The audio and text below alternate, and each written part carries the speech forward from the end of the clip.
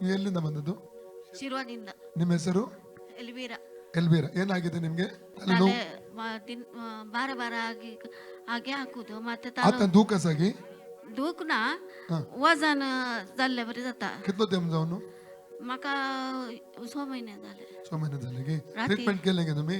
वय काय म्हणे डॉक्टरनं? डॉक्टर मला गॅस्ट्रिक माते गेला ते आता तुमका तकलीफ जड जाऊन चालू आणि काय म्हणे नीद येना निदे आणि काय दुसरे दुसरे एक पटी जाग झाल्यावर मागीर पक्कर नीद पडाना.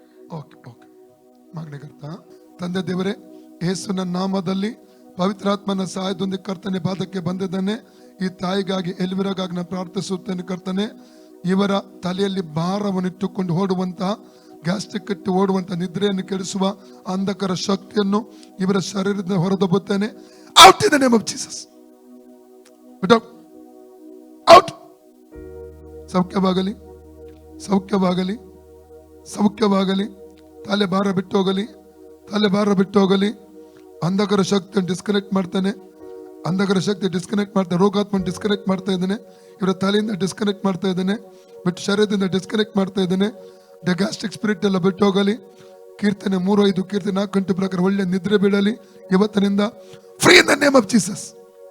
ಬಿಟ್ಟು ಅಂಧಕರ ಶಕ್ತಿ ಬಿಟ್ಟು ತಲೆ ಫ್ರೀ ಆಗಲಿ, ಭಾರ ಹಿಡಿದು ಹೋಗಲಿ. Out in the name of Jesus. आता बड्या कशा आले? आता समान झाले. फ्री झाले ना? ओके. सम्यक अर्घ दिया. सम्यक अर्घ तुका जेजू. मोकळा तुका जेजू. Thank you Jesus.